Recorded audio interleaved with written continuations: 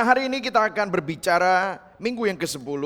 Judul khotbah saya hari ini adalah The Newness of Life in Christ. Saya menulis sebagai sinopsis adalah salah satu keberatan ajaran kebenaran Kristen adalah konsep anugerah atau kasih karunia. Ini nggak ada di tempat lain, saudara ya, nggak ada di dalam agama manapun. Di bagian awal surat Paulus kepada jemaat di Roma dijelaskan signifikansi dari kuasa kasih karunia. Bahkan di Roma 5 ayat 20 dinyatakan di mana dosa meningkat, kasih karunia Allah semakin berlimpah. Jadi pertanyaannya yang disampaikan kepada banyak orang, kepada kita orang Kristen yang hidup dalam konsep kasih karunia adalah, apakah itu berarti kita dapat terus berbuat dosa? Nah, Paulus menantang gagasan ini dengan menggunakan gambar baptisan. Nanti kita akan lihat apa artinya dan apa arti kebenaran Injil ini bagi kita. Tadi katekismus yang disampaikan oleh Willy juga berbicara bagaimana Tuhan mengampuni dosa kita. Tetapi apakah karena kita diampuni dosanya, kita bisa berbuat seenaknya dan kemudian kita kembali minta ampun di hari yang baru dengan harapan hidup kita baik-baik saja. Nah, ini akan kita bahas hari ini dan Rasul Paulus membahasnya di Roma 6. Oke, kita akan baca sama-sama. Saya akan bacakan yang kuning, saudara baca yang putih ya saudara ya. Roma 6 ayat 1. Jika demikian, apakah yang hendak kita lakukan? Bolehkah kita bertekun dalam dosa supaya semakin bertambah kasih karunia itu? Saudara, sekali-kali tidak. Bukankah kita telah mati bagi dosa? Bagaimanakah kita masih dapat hidup di dalamnya? Atau tidak tahukah kamu bahwa kita semua yang telah dibaptis dalam Kristus telah dibaptis dalam kematiannya? Ayat 4, saudara. Dengan demikian kita telah dikuburkan bersama-sama dengan Dia oleh baptisan dalam kematian, supaya sama seperti Kristus telah dibangkitkan dari antara orang mati oleh kemuliaan Bapa, demikian juga kita akan hidup dalam hidup yang baru. Sebab jika kita telah menjadi satu dengan apa yang sama dengan kematiannya, kita juga akan menjadi satu dengan apa yang sama dengan kebangkitannya. Ayat 6, saudara. Karena kita tahu bahwa manusia lama kita telah turut disalibkan, supaya tubuh dosa kita hilang kuasanya, agar jangan kita menghambakan diri lagi kepada dosa. Sebab siapa yang telah mati, ia telah bebas dari dosa. Ayat 8. Jadi jika kita telah mati dengan Kristus, kita percaya bahwa kita akan hidup juga dengan Dia. Karena kita tahu bahwa Kristus sesudah Ia bangkit dari antara orang mati, tidak mati lagi. Maut tidak berkuasa lagi atas Dia. Ayat 10. Sebab kematiannya adalah kematian terhadap dosa satu kali untuk selama-lamanya, dan kehidupannya adalah kehidupan bagi Allah. Demikianlah hendaknya kamu memandangnya, bahwa kamu telah mati bagi dosa, tetapi kamu hidup bagi Allah dalam Kristus Yesus. Saudara, sebab itu hendaklah dosa jangan berkuasa lagi di dalam tubuhmu yang fana, supaya kamu jangan lagi menuruti keinginannya. Dan janganlah kamu menyerahkan anggota-anggota tubuhmu kepada dosa untuk dipakai sebagai senjata kelaliman, tetapi serahkanlah dirimu kepada Allah sebagai orang-orang yang dahulu mati, tetapi yang sekarang hidup. Dan serahkanlah anggota-anggota tubuhmu kepada Allah untuk menjadi senjata-senjata kebenaran. Ayat 14, sebab kamu tidak akan dikuasai lagi oleh dosa, karena kamu tidak berada di bawah hukum Taurat, tetapi di bawah kasih karunia. Berbahagialah orang yang mendengar firman Tuhan, menyimpan dalam hatinya, dan menjadikannya bagian dalam hidupnya. Amin. Sebentar kita berdoa. Tuhan, kami berdoa biarlah Injil diberitakan, Injil menguasai kami, Roh Kudus mentransformasi hati kami, hamba-Mu semakin berkurang, suara Sang Gembala diberitakan, orang yang mendengar dapat diubah perspektif dan hatinya. Yang percaya sama-sama katakan amin. Nah saudara, saya mau menunjukkan video ini, bisa diputar ya videonya, yaitu video ilustrasi cuman 10 second ya saudara ya. Seorang anak yang men-spell ya, spelling, mengeja merek laptop. Ini by the way bukan promosi ya saudara, karena saya tidak pakai merek ini ya. Tapi lucunya dia menyebutkannya apa? Silakan diputar. Spell mo to? L-E-N-O-V-O, laptop. Ya, saudara, itu aja ya saudara. Nah, saudara, lucunya adalah dia menyepelnya dengan benar. L-E-N-O-V-O. Tapi habis dibaca dia bacanya apa? Laptop. Sepertinya nggak connect. Nah saudara, ini ilustrasi memang pendek, tetapi ini menggambarkan kehidupan orang Kristen seperti ini. Banyak kita bisa menjelaskan tentang esensi dari salib Kristus. Bisa menjelaskan kenapa kamu bisa diselamatkan oleh anugerah Kristus. Tetapi dalam hidup saudara, saudara kadang-kadang kita semua, bukan hanya saudara, saya pun juga, kita seakan-akan ada disconnect antara apa yang kita percayai dengan apa yang kita lakukan. Kita bilang kita hidup oleh anugerah, kita bilang kita anak-anak Tuhan. Tetapi kelakuan kita belum tentu seperti anak-anak Tuhan. Betul atau tidak, saudara? Nah, ini yang namanya kalau seorang yang belajar psikologi, mereka akan berkata ini cognitive dissonance. Disonasi kognitif. Apa artinya? Yang mengacu pada konflik mental ketika kepercayaan seseorang itu tidak selaras dan sejalan dengan kelakuannya. Nah, ini yang sering terjadi. Nah, ini persis seperti banyak sekali orang itu bicara bahwa orang Kristen tuh kayak gitu ya. Enak sih soalnya sistem agamanya. Semuanya dengan anugerah. Nah, untuk memperbaiki itu banyak gereja, banyak pendeta, banyak hamba Tuhan berpikir makanya Injil itu hanya permulaan. Kasih Kristus, salib Kristus itu hanya permulaan. Makanya setelah kamu ngerti Injil, setelah ngerti kasih Kristus, kita mulai belajar karakter, kita belajar kekudusan, kita belajar pemuritan, kita belajar disiplin dan yang lain-lain. Jadi Injil yang merupakan salib Kristus itu hanya permulaan. Tetapi apakah betul seperti itu? Nah, saya ada sebuah buku yang sangat menggugah dan mengubah hidup saya dan mengubah perspektif saya mengenai Injil. Tim Keller di dalam bukunya The Centered Church, dia berkata begini, the gospel is not just the ABC of Christianity, but the A to Z Christianity. Banyak orang berpikir Injil itu hanya A, B, C, kemudian D, E, F, G, H, I, J sampai Z, itu bicara tadi. Pemuritan, kekudusan, karakter, disiplin. Injilnya itu hanya awal-awal. Tetapi Tim Keller itu dia melihat semua surat-surat Rasul Paulus, dia melihat bukan seperti itu. ABC itu hanya permulaan, tetapi A to Z. Injil menjadi poros, menjadi dasar dari seluruh kehidupan kekristenan kita. Jadi Injil bukan hanya A, B, C, tetapi A sampai Z. Seluruh aspek kehidupan kita. Injil bukan hanya doktrin minimum yang diperlukan untuk masuk kerajaan Allah, tetapi jalan untuk semua progres dan semua proses di dalam kerajaan Allah. Jadi Injil bukan hanya permulaan dari kekristenan, tetapi Injil adalah segala-galanya di dalam kekristenan. Karaktermu gak akan berubah tanpa Injil. Doamu akan salah kaprah tanpa sudut pandang yang benar dari kacamata Injil. Tanpa Injil, kekudusanmu akan sangat legalistik. Dan kalau kamu bisa kudus kelihatannya dan kamu bisa taat, maka kamu akan sombong, saudara. Itulah sebabnya Injil ini justru menjadi poros dan menjadi panjang buat kita semua. Dan kuasa dan kekuatan Allah bagi kita semua. Nah, kitab Roma kita sudah melihat bahwa luar biasa ya, ini kita sekarang ada di sini saudara ya. Nah, ini di sini. Kita sudah lihat Roma 1-3, kebutuhan kita akan Injil. Roma 4 sampai Roma 5, justification ya. Justification itu apa? Saya ingatkan kepada saudara bahwa kita sudah berbicara mengenai justification berkali-kali. Justification itu kita dibenarkan. Saya dibenarkan, katakan sama-sama, saya dibenarkan. Amin, saudara. Kita dibebaskan atau diampuni dari hukuman, the penalty of sin, hukuman dosa. Tetapi bukan cuma hanya sampai di situ, saudara.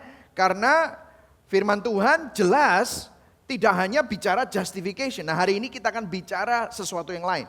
Nah, minggu lalu kita belajar ada satu ayat yang mungkin mengganggu beberapa dari saudara karena ayat ini bilang begini.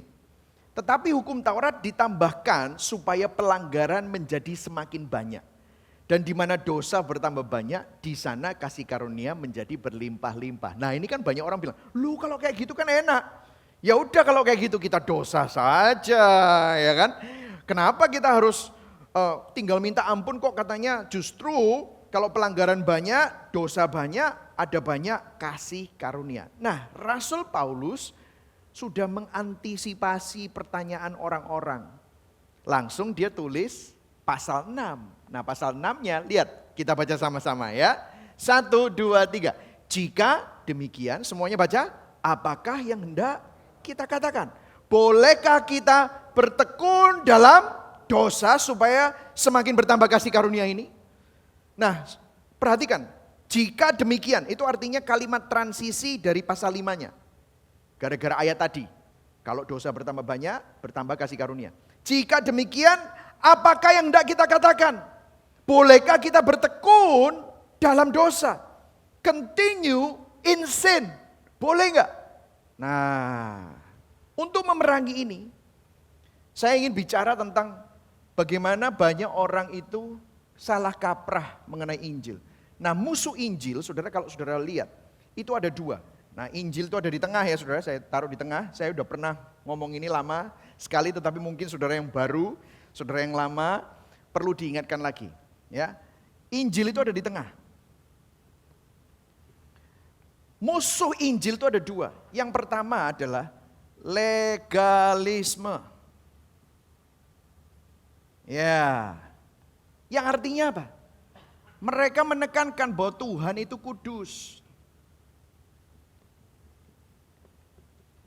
Benar nggak? Tuhan kudus ya, betul ya saudara. Tapi ini cuma hanya separuh benar. Nah, apa yang terjadi dengan legalisme? Mereka takut akan message bahwa kalau anugerah itu melimpah, lah kan enak. Orang kan nanti bisa seenaknya berdosa. Nanti kan orang itu jadi liar. Nanti orang itu bisa menyalahgunakan anugerah. Mereka bisa membuat anugerah itu begitu murah. Jadi apa yang mereka lakukan? Waktu mereka cerita tentang anugerah, oke ya sekarang sudah ngerti anugerah ya. Oke sekarang minggir. Oke kita harus hidup kudus. Loh enggak salah. Tetapi apa yang terjadi? Mereka berusaha untuk supaya orang-orang yang masih hidup di dalam dosa, orang-orang tersebut berubah.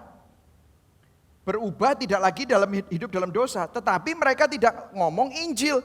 Tetapi mereka pakai apa? Peraturan. Dan mereka menambahkan apa? Iming-iming. Iming-iming upah. Supaya ada perubahan dalam hidup seseorang supaya mereka tidak hidup dalam dosa.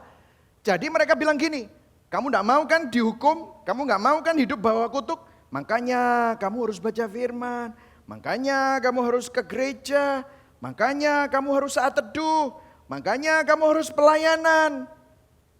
Ada orang yang kurang respon kalau dikasih ketakutan. Dikasih nanti supaya kamu tidak dihukum. Oh berarti harus dikasih iming-iming. Kamu mau enggak hidupmu diberkati? Kamu mau enggak hidupmu berkelimpahan? Kamu mau enggak hidupmu penuh dengan mujizat? Nah, mau ya? Makanya kamu harus melakukan A, melakukan B, kamu pelayanan, kamu berbuluan, kamu buah sulung, kamu beribadah. Sehingga apa yang terjadi? Orang itu sebenarnya tidak cinta Tuhan, tetapi dia menggunakan Tuhan dengan melakukan peraturan dan ingin iming-imingnya. Halo? Nah, saudara, nah ini yang menjadi musuh Injil, ini bukan Injil. Meskipun ini ada di gereja, meskipun ini kelihatannya Kristen, pakai nama Tuhan Yesus, bahkan Allah Tritunggal, tetapi ini bukan Injil. Waktu saya cerita begini, saudara langsung bisa ingat apa yang terjadi di hidup saudara yang lalu, betul ya? Ini adalah musuh Injil, karena ini bukan Injil, ini bukan kekristenan. Dan kalau disuruh bertobat ya, repent, tapi repentnya itu atas repent terhadap semua hal-hal buruk yang dilakukan.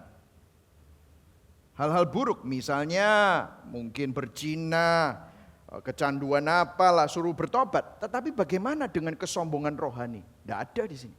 Orangnya rohani kok, oh bisa bahasa roh kok. Makanya saudara nggak heran ya, ada orang yang kelihatannya di gereja terus tapi sombongnya setengah mati.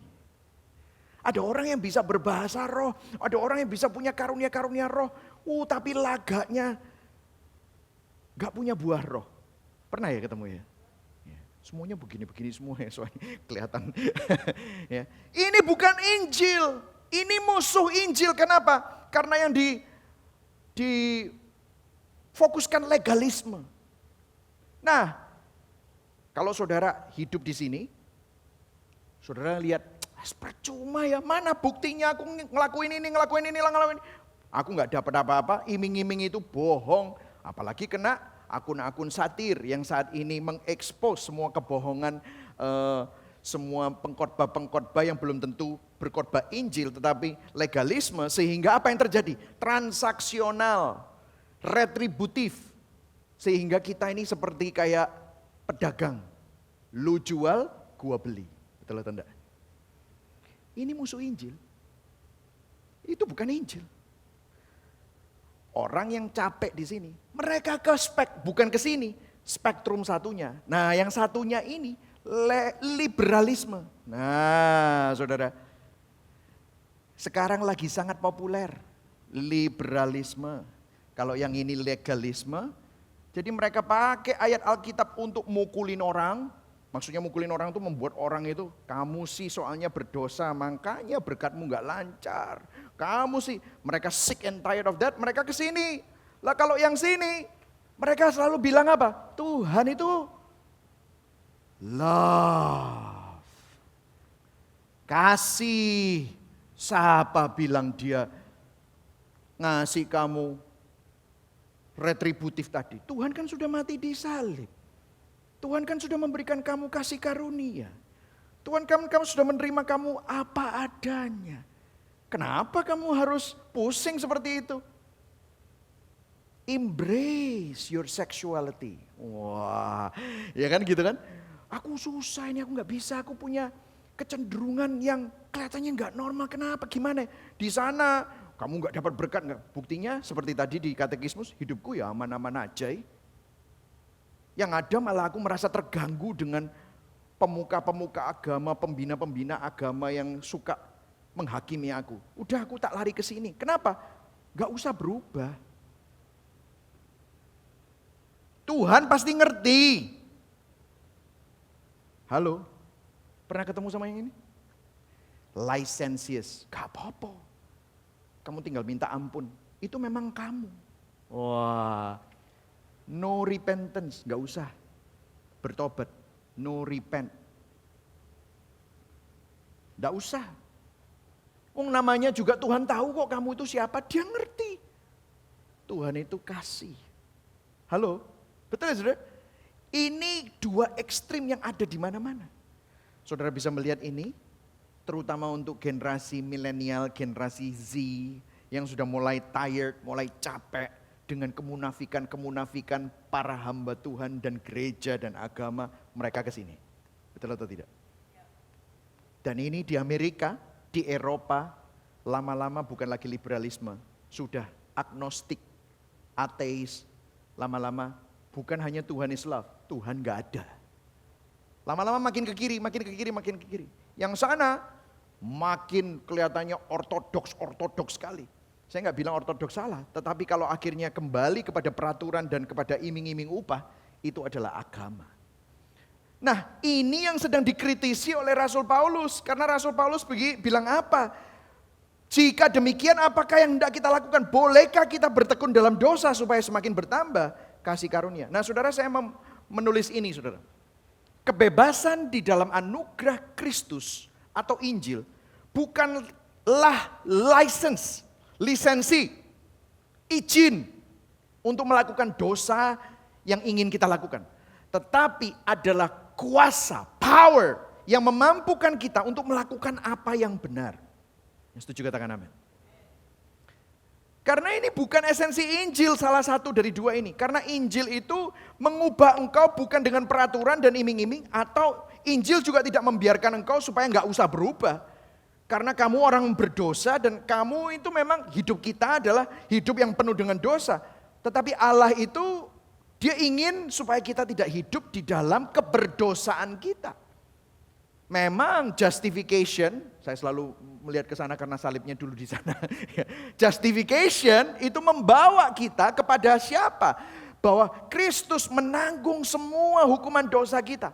Tetapi puji Tuhan, Tuhan ingin membawa kita kepada kebebasan dari kuasa dosa.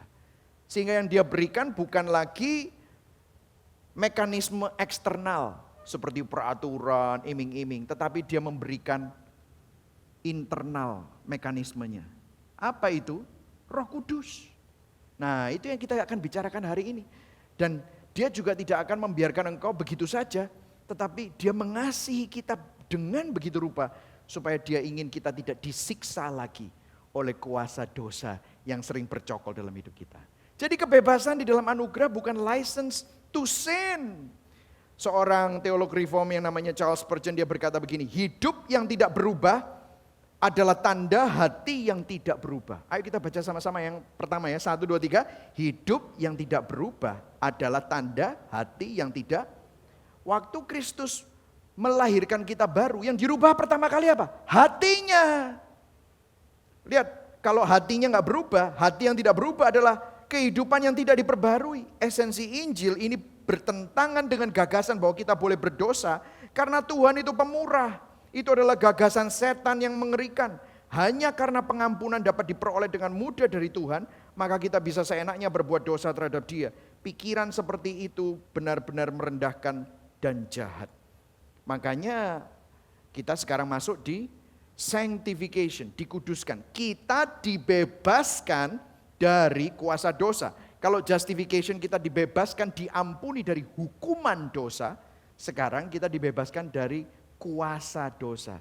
Karena saudara tahu kalau saudara tetap hidup dalam dosa, akan ada konsekuensinya. Konsekuensi nggak usah bukan neraka, tetapi konsekuensi yang saudara hadapi di dalam dunia ini. Saya akan ceritakan nanti bagaimana saya hidup di dalam konsekuensi dosa yang menyedihkan gitu. Nah, untuk menjawab pertanyaan di ayat pertama tadi, Paulus dengan tegas menyatakan apa? Ayo kita baca sama-sama. Ayat yang kedua. Ya. Ayat yang kedua, yang dibunderin itu. Kita baca sama-sama. Yang keras. 1, 2, 3. Jawabannya apa? Sekali-kali tidak. Bukankah kita telah mati bagi dosa? Bagaimanakah kita masih dapat hidup di dalamnya? Rasul Paulus menekankan di sini dengan sangat tegas. Sekali-kali tidak. Saya selalu mengutip ayat ini, 2 Korintus 5 ayat 17. Ayo kita baca sama-sama ya, yang sana juga ya. 1, 2, 3. Jadi siapa yang ada di dalam Kristus, ia adalah ciptaan baru. Yang lama sudah berlalu, sesungguhnya yang baru sudah. Katakan sama-sama, di dalam Kristus, saya adalah ciptaan yang baru. Amin saudara. Yang online bisa tulis, ketik ya, ketik di komen itu ya. Di dalam Kristus, saya adalah ciptaan baru ya. Jadi kalau Anda ketik bukan cuma lapor dari Blitar, lapor dari mana gitu ya, saudara, banyak itu rupanya ada puluhan kota yang nonton gitu. Tulis di sana, siapa yang ada di dalam Kristus, dia adalah ciptaan yang baru. Nah, saudara dan saya adalah ciptaan yang baru, bukan improvisasi, bukan modifikasi, tetapi baru. Hati kita ini baru, hati kita yang suka dosa, sekarang sudah tidak nyaman lagi dengan dosa. Masih ingat minggu lalu saya ngasih saudara sebuah ilustrasi bagaimana kalau bebek dilempar ke air, apa yang dia lakukan? Berenang. Tetapi kalau ayam dilempar ke air, ayam itu akan bingung. Kenapa? Karena itu bukan habitatnya. Sekarang habitat saudara bukan dosa. Hati saudara sekarang adalah di dalam Kristus. Adalah ciptaan yang baru. Ada sesuatu yang berbeda. Itulah sebabnya judul khotbah ini The Newness of Life in Christ. Ada kehidupan yang diperbaharui di dalam Kristus. Nah saudara, dari ayat-ayat yang akan kita baca ada 3 hal yang perlu kita ketahui. Ini bukan langkah tetapi kebenaran yang memerdekakan. Yang pertama adalah ketahui, know. Katakan sama-sama ketahui. Ketahui. Yang kedua percaya. Yang ketiga pandang, memandang, consider. Know, believe, and consider. Oke? Nah kita lihat ayat yang ketiga. Atau tidak tahukah kamu? See, no. Gak tahu dah kamu bahwa kita semua telah dibaptis di dalam Kristus. Semua yang telah dibaptis di dalam Kristus telah dibaptis dalam kematiannya. Ketahuilah. Nah saudara, ini adalah kebenaran yang pertama yang perlu kita ketahui. Ketahuilah Anda yang lahir baru dan percaya sudah berada di dalam Kristus. Yang setuju katakan amin. Ya. Bukan berusaha kembali masuk Kristus, bukan. Bukan berusaha mempertahankan supaya Kristus nggak pergi, bukan. Karena sekali saudara dilahirkan baru, saudara tidak bisa kembali ke lama, nggak bisa. Baru ya baru, that's it. Masuk di dalam Kristus, Kristus ada di dalam Anda tidak bisa keluar dan masuk, enggak. Itu perjanjian lama. Perjanjian lama itu visitasi, di mana Roh Kudus bisa hinggap, terus terbang lagi, hinggap, terbang lagi. Di dalam perjanjian baru ada yang namanya Pentakosta. Sehingga apa yang terjadi? Roh Kudus tinggal. Tidak tahukah kamu bahwa tubuhmu adalah bait Roh Kudus. Nah, ada yang ngajar gini, makanya kalau bait Roh Kudus harus sering-sering dibersihkan. Kalau enggak nanti Roh Kudusnya keluar. Siapa bilang? Karena saudara dilahirkan kembali oleh Roh Kudus. Kalau anak sudah lahir bisa nggak masuk lagi? Shred. Nggak bisa saudara.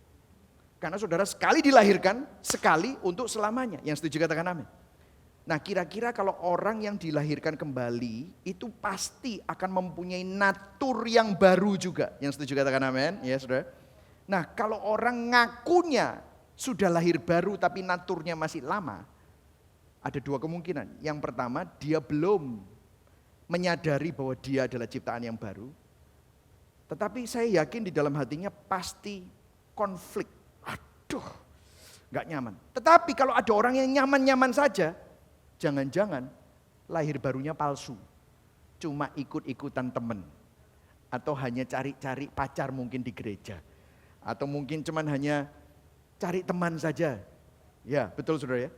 Jadi di sini bisa kita lihat, ketahuilah Anda yang lahir baru dan percaya sudah berada di dalam Kristus. Katakan sama-sama, saya ada di dalam Kristus. Amin. Nah, kadang-kadang kita membatasi bahwa kita ada di dalam Kristus itu pada waktu kita melakukan hal-hal yang rohani saja. Ini problem.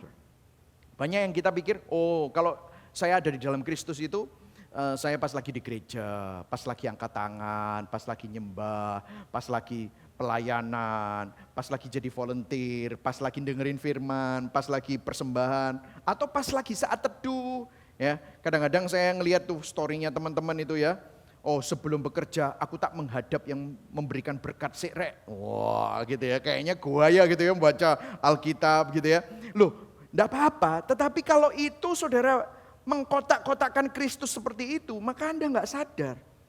Seakan-akan begini implikasinya, begitu Alkitab ditutup, begitu doa selesai amin, saudara keluar dari Kristus.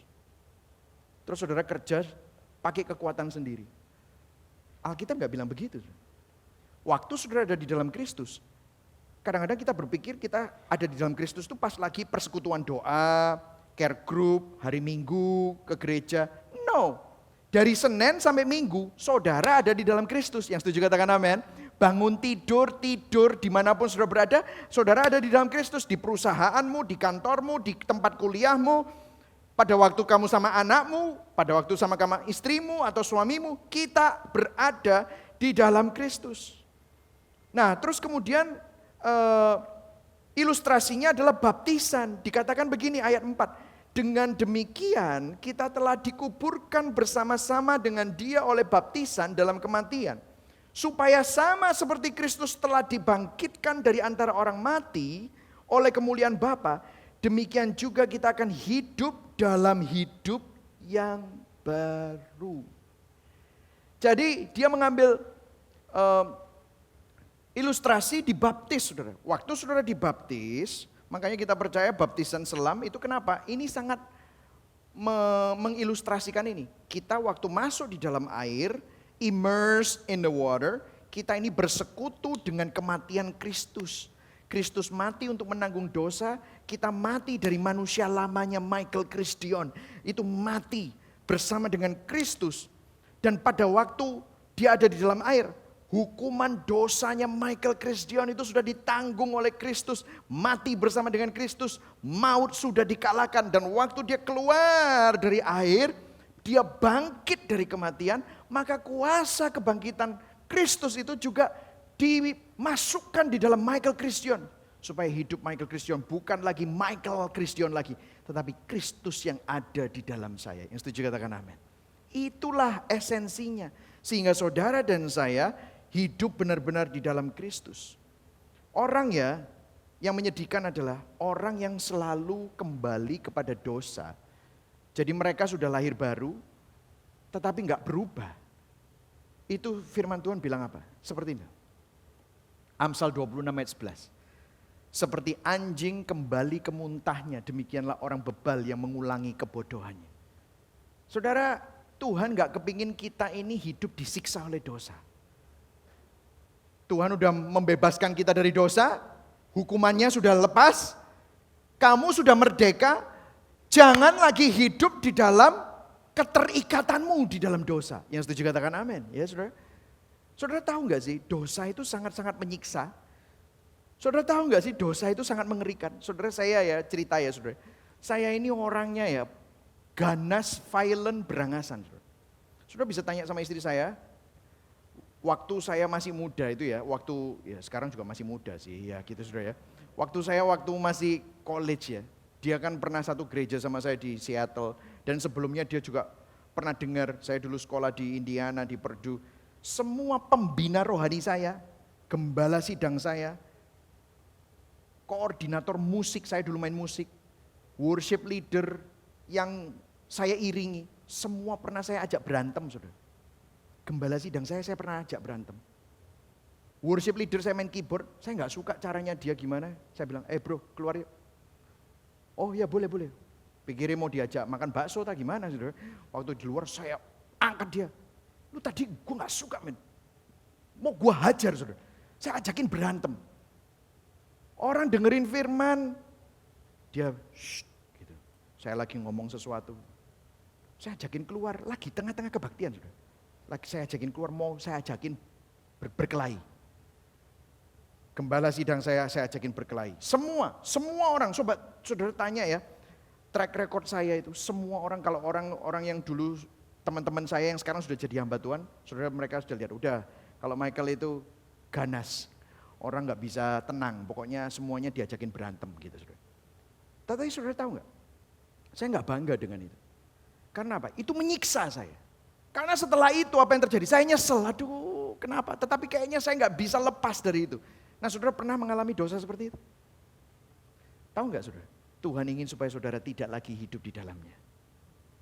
Dan saya benar-benar waktu itu, kalau waktu saya menikah pertama kali ya, waduh saya sampai kita ini benar-benar rumah tangganya hancur-hancuran saudara ya. Karena di sana itu temboknya gypsum, jadi bolong semua itu. Kenapa? Saya nggak pernah pukul istri saya, tetapi saya pukul semua.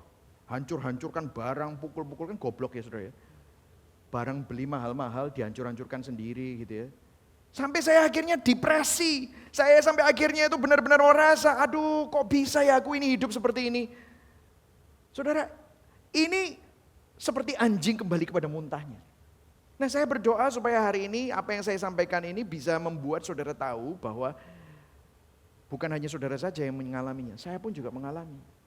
Dan Tuhan ingin membebaskan saudara dan saya dari kuasa ikatan dosa. Yang setuju katakan amin.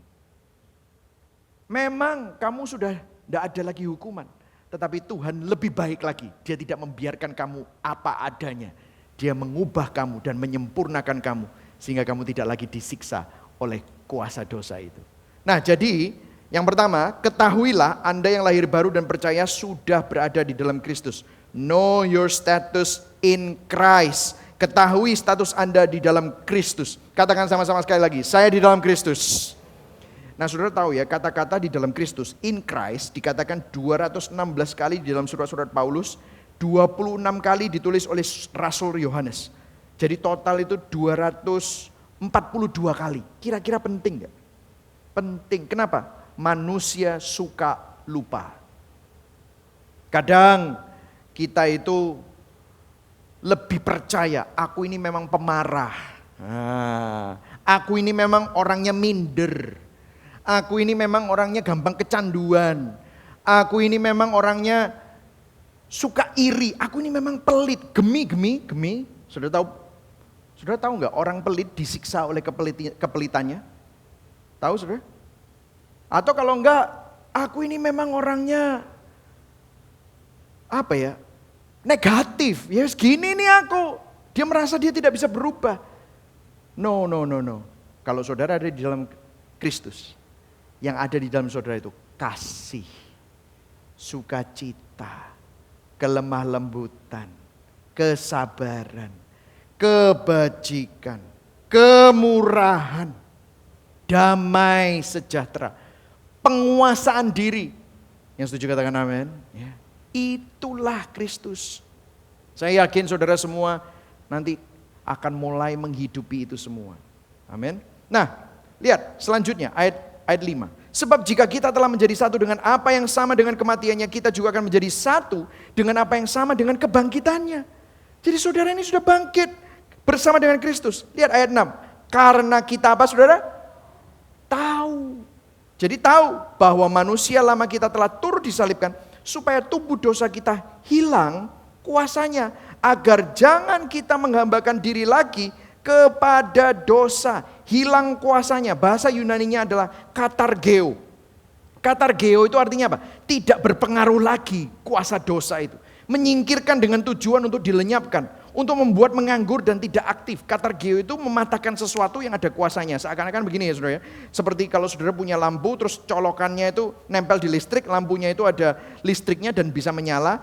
Katargeo itu artinya apa? Waktu saudara ada di dalam Kristus, kuasa dosa yang selama ini begitu bercokol, membuat kamu jadi pemarah, membuat kamu jadi minder, membuat kamu jadi pelit, membuat kamu jadi orang yang suka negatif, orang yang suka berpikiran negatif dan selalu berpikir jelek, itu dicopot sehingga kamu tidak lagi hidup di dalam kuasa dosa yang lama itu loh. Tuhan ingin kamu berubah karena Tuhan ingin supaya kamu itu hidup dalam kuasa kebangkitannya. Dan ayat 7-nya dikatakan, ayo kita baca sama-sama, 1, 2, 3. Sebab siapa yang telah mati, ia telah apa? Bebas dari dosa. Berikan tepuk tangan buat Tuhan. Wow, saudara ini sudah bebas. Artinya saudara tidak harus berkata ya terhadap dosa lagi. You can say no.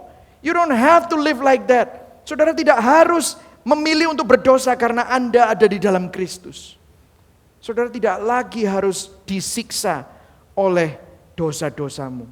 Saudara, saya masih ingat ya, bagaimana saya tiap kali habis berdosa seperti itu, habis marah, nyesel. Saya nggak ngerti gimana saya lepas dari itu semua. Sampai akhirnya saya mulai mengerti tentang Injil. Saya mulai mengerti, dulu saya hidup di dalam legalisme ini. Dan setiap kali saya berpikir bahwa saya mengikuti peraturan atau melakukan sesuatu untuk mendapatkan upah dan saya mendapatkannya, apa yang terjadi? Saya semakin sombong. Jadi legalisme itu tidak membantu Anda untuk berubah. Malah Anda ini makin menjadi-jadi. Jadi sombong rohani saudara. Lah kalau sombong kan egonya makin besar. Lah guess what? Kenapa saya marah? Karena ego saya kena. Loh ini orang kok semakin rohani kelihatannya dari luar kok tapi semakin ganas ya orang. Saudara pernah ketemu sama orang yang rohani tapi semakin kayaknya ganas. Kayaknya menghakimi sekali, merendahkan orang. Kok gak kayak Yesus sama sekali? Yesus lo kumpulnya sama siapa? Yesus bisa mengasihi orang yang perempuan Samaria, pemungut cukai, wanita yang ketahuan berzina. Yesus bisa baik sama orang-orang seperti itu. Kita itu justru semakin rohani bukan malah mengasihi dan punya empati terhadap orang berdosa, malah merendahkan. Itu saya. Dan waktu itu saya gak bisa cerita banyak, tetapi bagaimana saudara mungkin sudah pernah dengar di yang lalu-lalu, Tuhan taruh saya di dalam situasi di mana ego saya habis. Apa yang saya banggakan habis, seakan-akan Tuhan memojokkan saya. Sampai saya mau marah sama siapa? Karena saya tahu bahwa ini semua kesalahan saya sendiri. Dan semakin saya sadar saya memang orang brengsek ya. Ada beberapa kali saya itu kepingin bunuh diri aja. Waktu kita berantem, saya pergi naik mobil, saya kepingin udahlah ini mobilnya tak lemparin ke jurang aja. Atau kalau enggak saya tabrakkan mobil ini ke tembok biar mati selesai. Dah, saya enggak nyusahin siapa-siapa.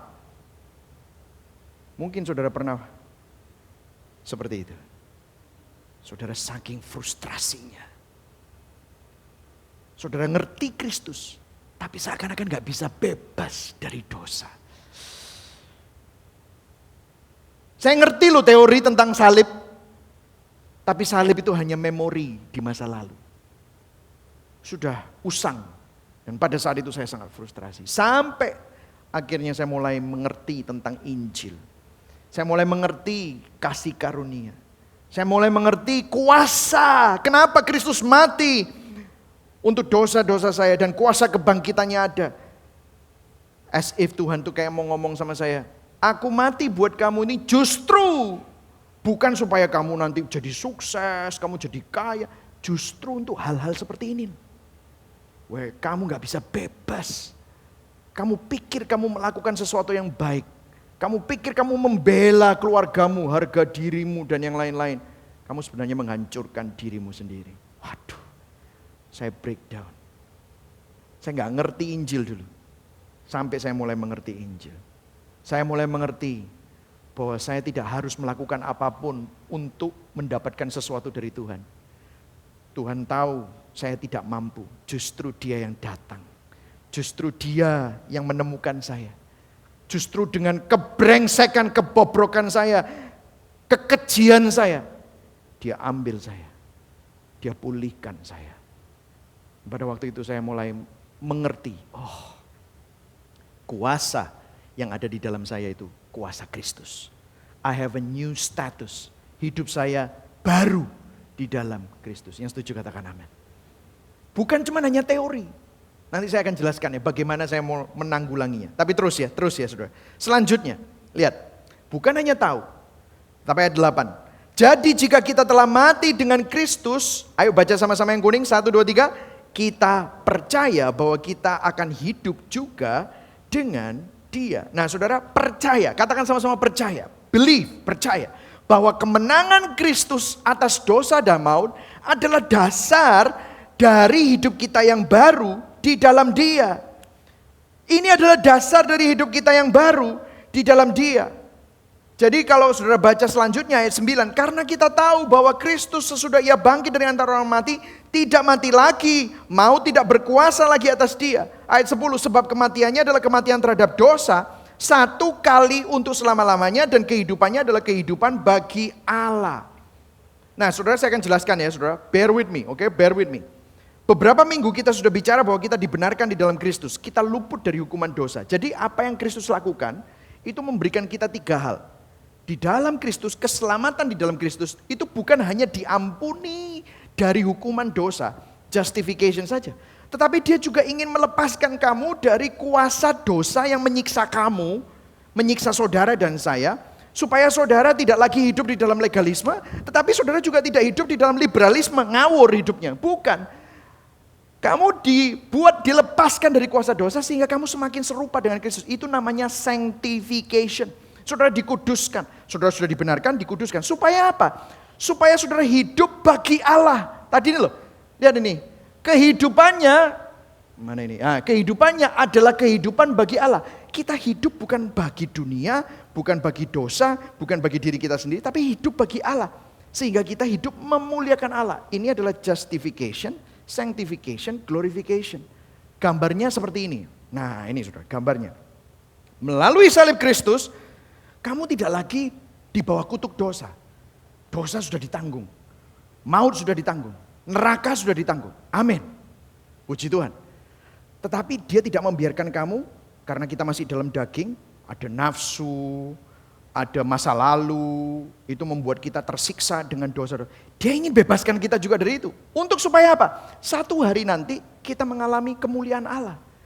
Nah, dari sudut pandang kita, ini kelihatannya bertahap ya. Justification, sanctification, glory.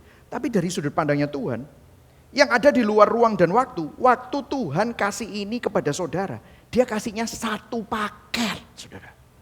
Nangkep saudara ya? Satu paket. Kenapa? Karena Dia lihat saudara semua.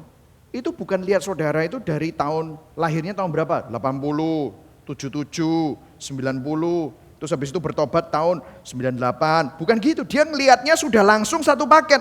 Michael Christian ini diselamatkan dan dia akan menerima glorification. Tak kasih justification, sanctification. Nah bagi saya terima Tuhan umur 17 tahun. Tetapi tabiat saya masih kacau balau. Makanya saya butuh perjalanan iman. Bisa gak jatuh? Bisa. Sekali lagi saya ingatkan, jatuh dalam dosa, tetapi dosa bukan habitat saya. Sehingga apa yang terjadi? Setiap kali saya jatuh dalam dosa saya nyesel, saya gak nyaman. Tapi saya gak tahu gimana cara ngelepasinya, sampai saya ngerti Injil. Ada seorang teolog yang bilang begini, Henry M. Morris, dia bilang begini. Paul is not setting forth a doctrine of sinless perfection. Paulus tidak mengajarkan doktrin kesempurnaan tanpa dosa. Gak mungkin manusia itu tanpa dosa. Tetapi kebebasan dari dominasi kuasa dosa. Orang Kristen bisa jatuh dalam dosa, tetapi dosa bukan lagi menjadi karakter beliau. Itu adalah bagian dari sesuatu Itu adalah bukan lagi sesuatu yang normal bagi orang yang lahir baru. Bukan lagi menjadi kebiasaan yang terus-menerus lagi. Karena apa? Kamu terus diproses supaya kamu bisa bebas dari kuasa dosa itu. Amin saudara ya. Jadi gambarnya itu seperti ini. Kuasa Kristus semakin nyata, pengenalanmu akan salib semakin nyata, sehingga semakin lama semakin besar. Sehingga saudara, apa yang gini ya, orang kecanduan itu ya, apa yang alkohol tawarkan, apa yang seks tawarkan, apa yang harta tawarkan, itu sudah lama-lama semakin berkurang daya tariknya dibandingkan keindahan Kristus. Waktu saya cerita lagi ya, saya kembali kepada cerita saya. Bagaimana waktu saya mulai mengerti tentang Injil, anugerah kasih karunia. Waktu saya sadar, waktu saya gagal jadi papa yang baik. Waktu saya gagal jadi suami yang baik. Waktu saya gagal jadi pastor yang baik. Saya datang kepada Tuhan, minta ampun sama Tuhan. Saya bertobat. Di situ kayaknya Tuhan kayak ingat, inilah kenapa aku mati di atas kayu salib. Untuk momen-momen seperti ini. Di mana kamu gagal. Di sini kamu diingatkan bahwa kalau kamu pakai cara hidupmu sendiri, kamu gak akan mampu. Itulah sebabnya aku mati, tapi gak cuma mati, bangkit. And I live in you. Aku tinggal di dalam kamu. Dan pada waktu itu saya hancur, Tuhan, ampuni aku Tuhan. Aku selalu pakai caraku sendiri. Aku selalu pakai kepintaranku sendiri. Dan aku selalu gagal. Dan disinilah aku bertobat. Tetapi melalui Injil saya diingatkan. Saya juga diterima. Saya juga dikasihi. Darah Kristus tercurah. Bayar mahal. Darahnya Tuhan sendiri bayar mahal. Untuk kegagalan saya. Sehingga pada saat itu, waktu saya bertobat, saya bisa bangkit lagi.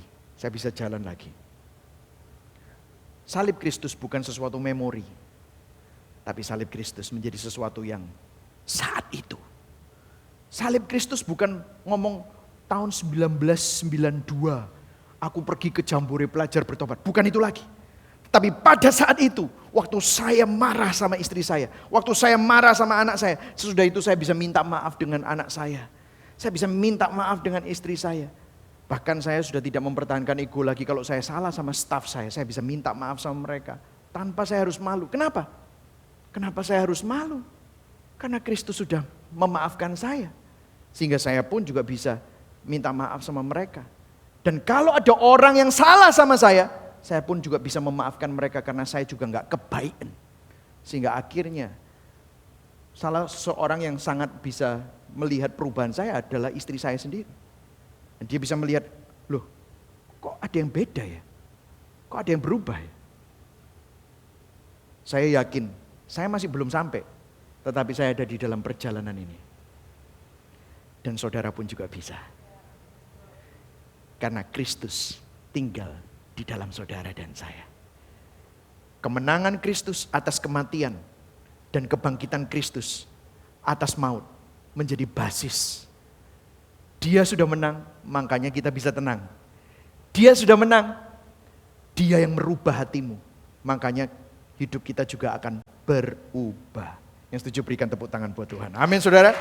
Amin saudara. Terakhir saudara. Demikianlah hendaknya kamu memandangnya. Bahasa Inggrisnya consider. Bahwa kamu telah mati bagi dosa. Tetapi kamu hidup bagi Allah dalam Yesus Kristus. Consider di sini bahasa Yunaninya adalah logizomai.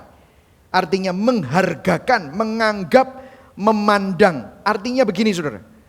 Saudara menganggap semua hidupmu yang dosa-dosa itu tadi. Itu bukan kamu. Kamu menganggap itu kamu sudah mati dengan itu. Dan sekarang kamu memandang hidupmu ini bersama dengan Kristus dan bangkit bersama dengan Kristus. Demikian hendaknya kamu memandangnya bahwa kamu telah mati bagi dosa. Tapi kamu hidup bagi Allah dalam Kristus Yesus. Sebab itu ayat 12. Kita baca sama-sama ayat 12 ya. 1, 2, 3. Sebab itu hendaklah dosa jangan berkuasa lagi dalam tubuhmu yang fana. supaya kamu jangan lagi menuruti keinginannya. Nah, ini poin saya yang terakhir. Kita bebas dari dosa dengan memandang diri kita sudah mati dari dosa dan hidup bagi Tuhan. Hidupmu itu loh milik Tuhan. Hidupmu bukan lagi diperhamba oleh kenegatifan, oleh personality test. Saudara, saya mau mengkritisi sedikit personality test. Bukan saya anti, tetapi personality test itu bisa membuat kita sembunyi di balik natur dosa kita. Ada yang bilang, aku ini memang introvert, gak seneng orang memang. Memang aku lebih cocok tuh sendiri. Wah, gitu kan saudara ya. Tetapi saudara tahu kalau waktu saudara sendiri, saudara itu sebenarnya stres, depresi, benar-benar saudara itu merasa lonely gitu ya. Tapi karena saudara ambil personality test, wah aku memang orangnya introvert. Sehingga apa? Kecenderungan dosamu semakin berlarut-larut. Atau kalau enggak saudara, aku ini memang orangnya sanguin. Orangnya itu memang harus butuh manusia yang lain. Sehingga saudara mencari penerimaan demi penerimaan, saudara cari penerimaan dan saudara tidak pernah dapatkan itu semua dari manusia. Kenapa? Karena manusia berdosa yang lainnya selalu mengecewakan kamu. Betul atau tidak? Hari ini bisa menerima kamu, tetapi kemudian hari lain dia bisa menjelekkan kamu, kamu hancur lagi. Sehingga apa yang terjadi? Kita hidup berputar-putar, hidupnya dikuasai dan disiksa oleh dosamu. Firman Tuhan bilang, hey, you don't have to live like that. Yesus datang untuk menerima kamu. Tuhan yang menciptakan langit dan bumi tahu kamu seharusnya ditolak. Kamu seharusnya dihukum. Kamu seharusnya gak layak untuk menerima surga. Diterima oleh Tuhan, gak bisa. Tapi Tuhan terima kamu. Bukankah itu penerimaan yang tertinggi?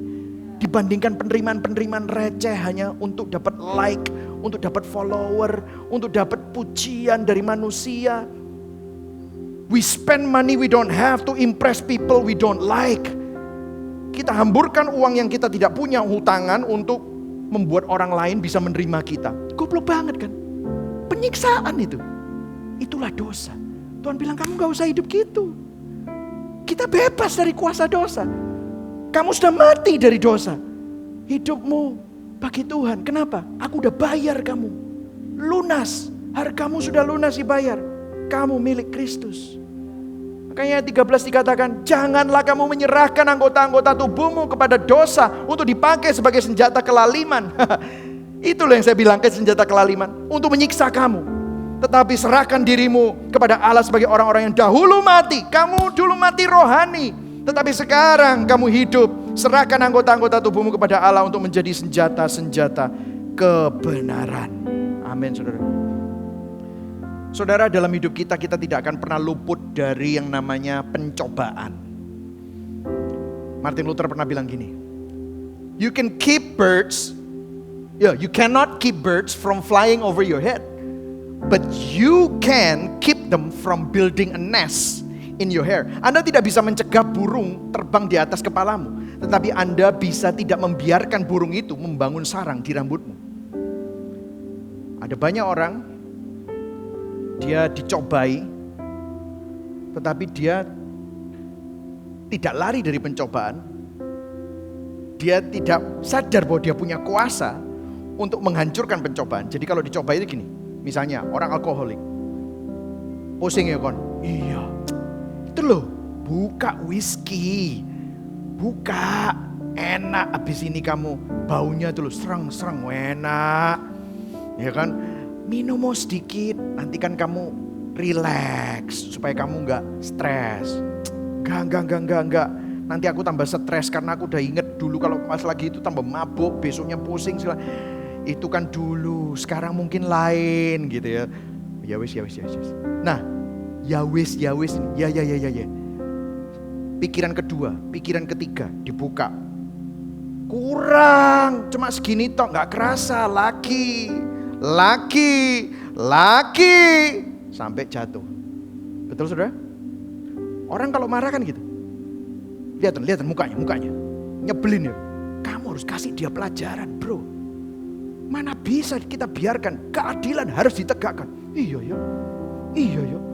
Saudara mikir-mikir sendiri, kedua kali, ketiga kali, tiba-tiba muka saudara merah sendiri. Pernah gak saudara marah seperti itu? Dia ketawa-ketawa. Pernah ya? Saya seperti itu. Wah, ngomong sama diri kita sendiri, bisa marah. Habis itu datang itu bisa marah. Loh dari mana itu? Dicobai. Saudara, sekarang kita tidak harus mengikuti natur itu. Kita bisa bilang, nope.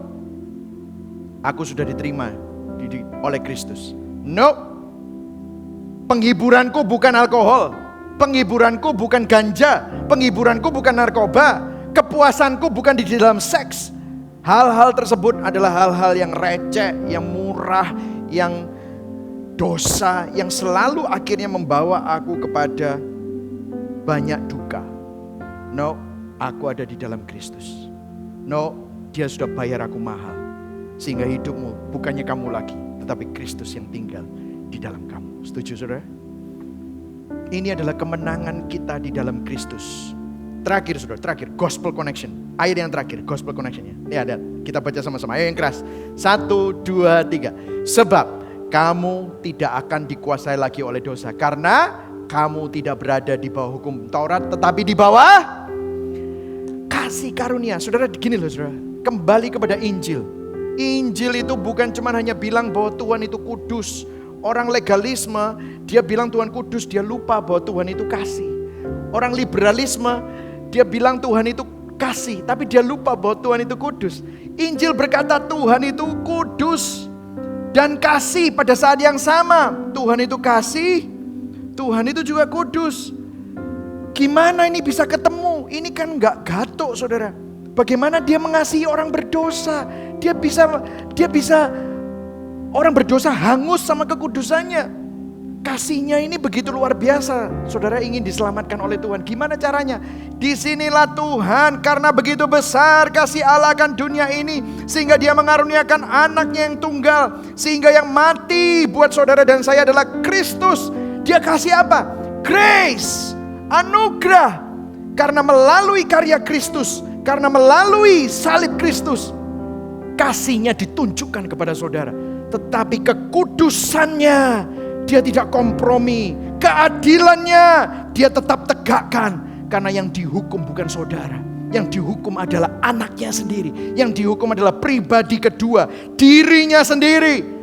Dia yang harus nanggung, supaya saudara terima sesuatu yang tidak layak saudara terima, yaitu anugerah. Dan anugerah yang sama itu gak jauh saudara. Namanya Immanuel. Dia gandeng saudara. Dia tinggal di dalam saudara. Sehingga semua pencobaan yang saudara harus alami, semua godaan yang saudara harus alami, dia sudah pernah mengalaminya. Dan dia menang. Dan kalau dia tinggal di dalam kita, maka kita pun juga menang. Amin saudara. Hari ini, apa yang menjadi pergumulanmu? Apa yang membuat kamu malu di hadapan Tuhan karena kamu berdosa? Tim Keller bilang gini, we are more sinful and flawed in ourselves than we ever dare believe. Yet at the very same time, we are more loved, accepted in Jesus Christ than we ever dare hope. Kita sebenarnya lebih berdosa dan lebih bobrok di dalam diri kita, lebih daripada yang kita tahu. Tapi pada saat yang sama kita lebih dikasihi, diterima di dalam Yesus Kristus daripada yang pernah kita kira dan bayangkan. Firman Tuhan Roma 5 ayat 8, akan tetapi Allah menunjukkan kasih-Nya kepada kita oleh karena Kristus telah mati untuk kita ketika kita masih berdosa. Itulah kuasa Injil. Amin saudara. Hari ini ingatlah, Tuhan ingin memberikan engkau kuasa untuk menang atas dosa. Amin saudara. Mari sama-sama kita bangkit berdiri. Berikan tepuk tangan buat Tuhan Yesus. Amin saudara. Saudara diberkati hari ini. Amin. Saudara sudah bebas dari dosa. Mari sama-sama kita nyanyikan Ku Berbahagia.